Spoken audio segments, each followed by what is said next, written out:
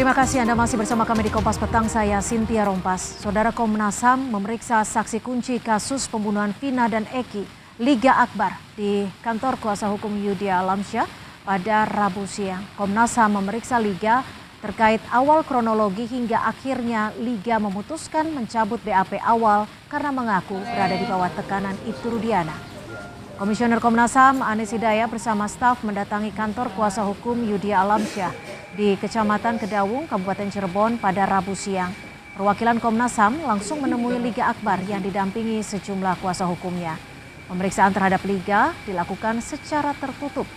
Informasi yang didapat Kompas TV di lokasi, Komnas HAM memberikan sejumlah pertanyaan kepada Liga Akbar terkait kesaksian kronologi awal, dugaan keterkaitan ayah Eki, Ibtu Rudiana, serta perihal pencabutan BAP yang dilakukan Liga Akbar.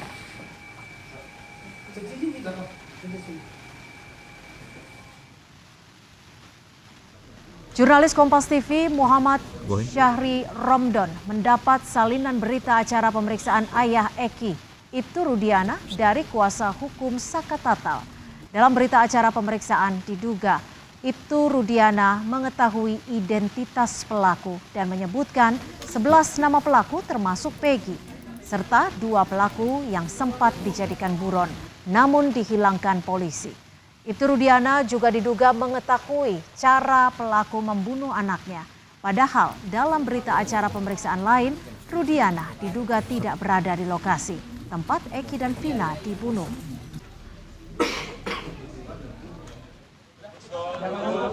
Sementara kuasa hukum Peggy Setiawan, Iswandi Marwan, mendatangi Kejaksaan Agung untuk meminta pengawasan intensif saat Kejaksaan menyusun surat dakwaan hingga persidangan kliennya yang saat ini berstatus sebagai tersangka dalam kasus pembunuhan Vina dan Eki. Permohonan gelar perkara khusus yang diajukan tim kuasa hukum Peggy ke Barreskrim Polri belum menemukan titik terang. Kuasa hukum Peggy, Marwan Iswandi, menyatakan sudah 2 pekan tidak ada respon dari pihak polisi. Gelar perkara khusus untuk Peggy sebelumnya disampaikan tim kuasa hukum Peggy ke Barreskrim Mabes Polri tanggal 5 Juni lalu. Tim kuasa hukum Peggy berdalih permohonan dilayangkan karena keberatan dengan penetapan tersangka oleh Polda Jabar terhadap Peggy yang dianggap janggal. Atas hal ini pengacara Peggy ke Kejaksaan Agung untuk meminta pengawasan penyusunan terhadap surat dakwaan. Mas Peggy diperiksa apa aja? Surat yang kami ada ini, surat kami tujukan kepada Kejaksaan Agung dan akan ditindaklanjuti. Pasti ditindaklanjuti ke Kejaksaan Tinggi Jawa Barat dan Kejari Cirebon untuk menyampaikan hal-hal yang keinginan kami. Keinginan kami agar nanti jaksa yang menerima berkas dari penyidik untuk lebih teliti, lebih cermat, hati-hati untuk meneliti berkas tersebut. Jangan sampai terulang lagi seperti tahun 2016. Dari DPO itu adalah Peggy alias Perong. Kalau kami adalah Peggy Setiawan. 1 dari nama. Yang kedua, ciri-ciri. Ciri-ciri sudah bertentangan sekali. Hari ini keluarga dari 4 terpidana kasus pembunuhan Vina dan Eki menjalani pemeriksaan di Ditreskrim Polda Jabar terkait dugaan perintangan penyidikan di kasus Vina. Benarkah ada kesalahan prosedur pemeriksaan dalam menangani laporan awal kasus pembunuhan Vina dan Eki? Kita bahas bersama Komisioner Kompolnas Yusuf Warsim dan kuasa hukum keluarga terpidana Jutek Bongso. Selamat petang Bang Jutek, Pak Yusuf sudah bergabung bersama kami. Terima kasih sebelumnya. Saya ke Abang Jutek terlebih dahulu. Ini ada 4 keluarga diperiksa terkait dengan perintangan penyidikan atau ada hal lain? Baik. Mbak, kami hari ini betul mendampingi 4 keluarga terpidana ya untuk diperiksa memenuhi panggilan Polda yaitu Kosim, orang tua dari Eka Ramadhani, Mardiana kakak dari Jaya, Murah orang tua dari Eka Sandi, dan Kasana orang tua dari Hadi Saputra. Inilah 4 orang yang kami dampingi hari ini. Di dalam panggilannya adalah yang dituduhkan pasal 221 obstruction of justice OJ. Jadi klien kami ditanya seputar kejadian 8 tahun lalu, kira-kira begitu Mbak? Fokus pemeriksaannya apa dan siapa pihak yang terlapor?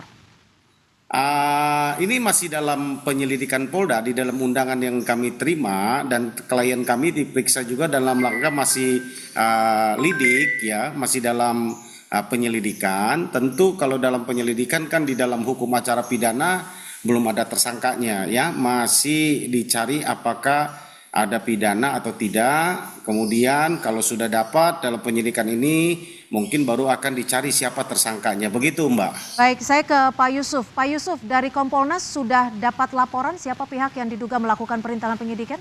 Sehingga keluarga ini hari ini memenuhi panggilan sebagai saksi. Baik, jadi pada saat kami bertemu tim penyidik yang baru juga pada tanggal 28 Mei, memang kami mendapatkan satu paparan penjelasan yang itu kami analisis bisa dikategorikan ada dugaan obstruction of justice. Tapi siapa yang diduga tentu tidak bisa disebutkan, tapi dari paparan itu kami tentu kalau memang penyidik meyakini ini ada obstruction of justice, ya tentu harus diproses. Nah, pemrosesannya itu kan tentu bisa diawali oleh adanya laporan polisi. Laporan polisi itu kan ada dua model. Ada model A, itu model A biasanya dibuat oleh petugas polisi karena hak dan kewajibannya berdasarkan undang-undang, karena akan, sedang, dan atau telah terjadi peristiwa pidana yang itu harus ada syarat materialnya. Kalau syarat formilnya kan dalam bentuk laporan, syarat materialnya itu ya harus adanya bukti-bukti yang mendukung bahwa itu ada dugaan tindak pidana obstruction of justice. Nah, itu harus ada. Itu yang dalam pantauan kami pada saat 28 Mei. Hanya siapa tentu namanya laporan polisi itu kadang belum bisa disebutkan siapa. Tapi dari paparan itu bisa diduga ada. Tentu kalau memang penyidik yakin kami sarankan ya didalami dan dilakukan proses itu. Tapi kalau dari Kompolnas sendiri menduganya pihak terlapor terkait perintangan penyidikan ini dari internal penyidik kah, dari keluarga terpidana kah, atau dari pihak lain? Pada saat itu, saat kami klarifikasi tidak berasal dari unsur belum menunjukkan ada unsur penyidik di sana, karena peristiwanya sangat umum. Kami tanyakan pada waktu itu apa hambatan-hambatan dalam penanganan 8 tahun yang lalu yang itu masih menjadi hambatan pada saat penyidik menetapkan PS sebagai tersangka dan dilakukan penyidik, itu apa? Nah, dari penjelasan hambatan-hambatan itulah kami analisis bahwa ini ada dugaan obstruction of justice hambatannya. Kalau memang hambatannya itu sangat penting untuk diatasi, ya harus diproses, diatasi obstruction of justice-nya. Apabila itu tidak bisa diatasi, jangan sampai itu menjadi hambatan mendasar untuk dilakukan penyidikan yang sehingga bisa menerangkan bagaimana peristiwanya dan siapa pelakunya. Itu. Bang Jutek, dari pemeriksaan yang dilakukan tadi ini didampingi oleh kuasa hukum kan ya? Oh iya, semua kita dampingi untuk memastikan mereka para apa saja yang didalami Bang Jutek? Mengarahnya ke bagian mana itu dari pertanyaan penyidik ini? Ya, mendalaminya mereka itu penyidik itu lebih banyak mendalami peristiwa yang terjadi 8 tahun lalu. Apakah ada yang mengarahkan, apakah ada yang menghalangi, apakah ada yang memskenariokan dan sebagainya lah, gitu kan, kira-kira begitu. Ya, kami arahkan klien kami jawab sesuai dengan apa yang dialami, apa yang didengar, apa yang dilihat, ya itu, dan tidak lebih dan tidak kurang, itu yang kami sampaikan. Dan kami hanya memastikan mereka ketika menjawab itu semua dalam keadaan merdeka ya, dalam arti kata bebas tekanan, tidak ada keterpaksaan secara psikis dan psikologis gitu ya. Gitu. Dari keterangan para saksi 4 keluarga terpidana ini, apakah dari keterangan yang diberikan itu memang sempat mengalami tekanan dari penyidik saat itu atau seperti apa, Abang Jutek? Ya, mereka menceritakan apa yang mereka alami, ya. Mereka Seperti halnya? menceritakan tentu, ya yang mereka alami, ya kalau ada tekanan dari katakan penyidik, ya mereka sampaikan ada, kan gitu kan. Ada tekanan, kalau memang tidak ada mereka sampaikan tidak, tapi ketika apakah ada oknum A, B, C, D seperti yang disampaikan tadi, ya yang kami tidak bisa sebutkan namanya karena ini masih penyelidikan, kan gitu, ya kan?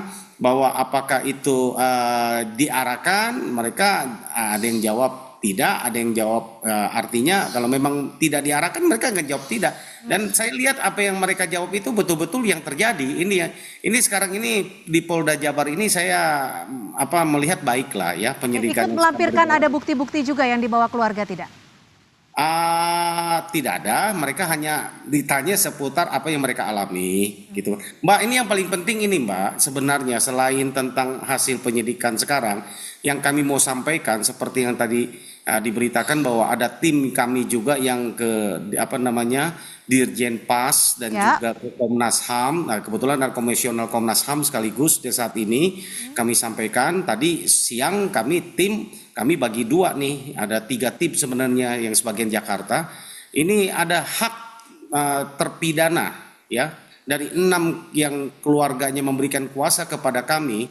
Saat ini berdasarkan kuasa keluarga kami bertemu dengan terpidana ini sulit sekali. Kami sudah datang ke lapas tidak diizinkan oleh karena alasannya sedang dibon oleh Polda Jabar. Ya, sebagaimana kita tahu di dalam Undang-Undang Pemasyarakatan 22 tahun 2022 pasal 9I ya, bahwa para terpidana Tapi para terpidana ini posisinya sekarang di mana? Apakah di lapas atau ada di lapas, ada di lapas? Tapi kalau keluarga boleh bertemu?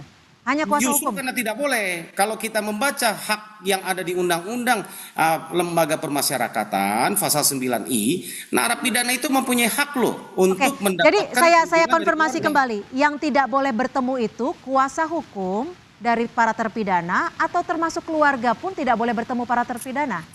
termasuk keluarga. Sampai saat ini? Iya, dan yang kami protes Baik, bahwa kami ditahan dalam sampai di situ. Saya ke Pak Yusuf. menjalankan tugas loh. Oke, Pak Yusuf, melihat adanya situasi ini, bagaimana Kompolnas menilainya dan membacanya, dan apa yang harus dilakukan untuk pengawasan ini? Keluarga dan kuasa hukum tidak boleh bertemu dengan para terpidana. Ya, saya sendiri sudah memantau informasi-informasi yang berkembang di dalam pemberitaan dari para kuasa hukum.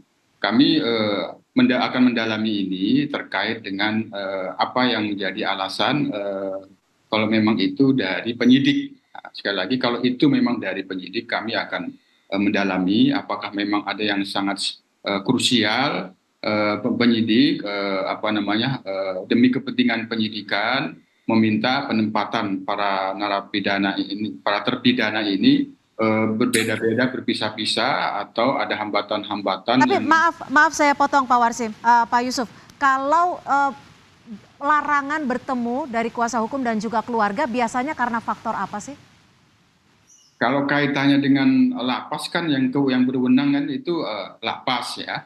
Sekali lagi soal kunjungan bertemu dari keluarga ke terpidana itu kan ada pada kewenangan lapas. Nah, tapi kalau kaitannya dengan proses penyidikan, ini yang kita akan dalami status mereka sendiri saat ini sebagai terpidana dan apakah sebagai saksi yang harus dilarang, apakah itu bagian dari perlindungan saksi yang mengakibatkan untuk tidak bebas ditemui, itu yang akan kami dalami. Oke, Pak Yusuf, ini juga ada informasi terkait salinan BAP dari ayah Eki, Ibtu Rudiana, yang menyatakan bahwa ayah Eki mengetahui padahal saat itu tidak berada di lokasi. Bagaimana Kompolnas membacanya? Apakah dengan adanya informasi-informasi ini akan berimplikasi terhadap kasus atau penanganan kasus Vina?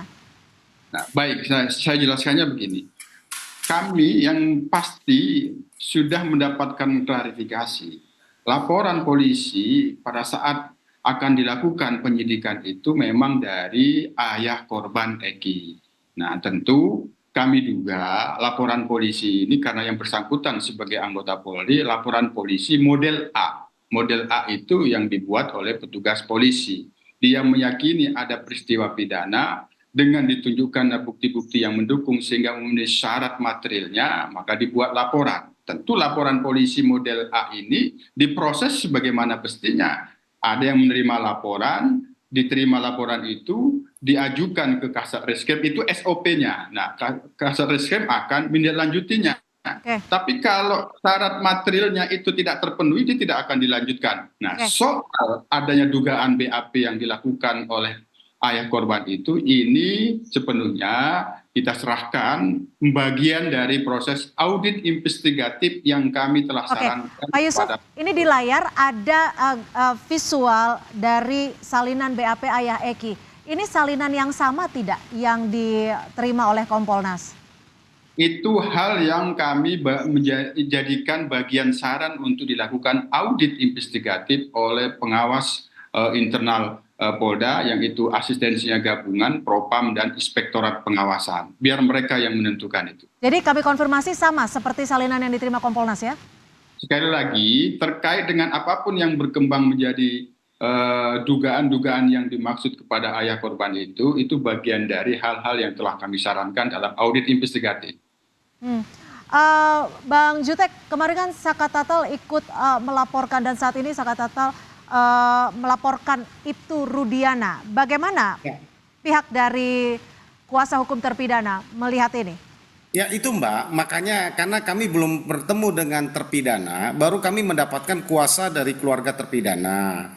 Ya, karena kami dalam menjalankan tugas profesi kami sebagai penegak hukum, pengacara, kami tentu menempuh secara hukum, kan gitu kan?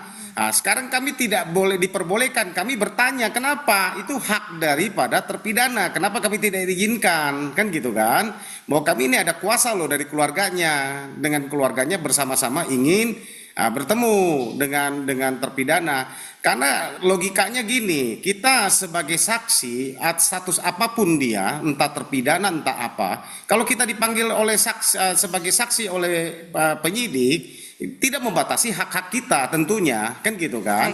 Nah, kalau tadi sampaikan bahwa apakah ada permintaan Polda dan sebagainya, menurut saya kami sudah cek aturan-aturan yang ada di dalam Undang-Undang Permasyarakatan, di PP, aturan itu hak terpidana, ya, narapidana, dan itu nggak boleh dilanggar, itu hak asasi manusianya, kan gitu kan. Itu kami pastikan itu harus terlaksana. Kami bagaimana mengetahui bahwa mereka dalam kondisi sehat, psikis, dan bahwa apa yang terjadi 8 tahun lalu tidak terulang, mereka dalam keadaan tertekan dan sebagainya ketika diperiksa. Begitu Pak. Jadi kami mohonlah dalam mumpung ada komisional Komnas HAM, tolonglah Pak Imam untuk dibantu untuk dipantau kondisi daripada narapidana tersebut agar di dalam memberikan kami mohon pendapat bantuan itu juga dari Kompolnas seperti itu ya. Terima kasih Abang Jutek Bongso, kuasa hukum dari terpidana Vina dan Eki, dan juga Pak Yusuf Warsim, komisioner dari Kompolnas, sudah bergabung bersama kami di Kompas Petang. Selamat sore.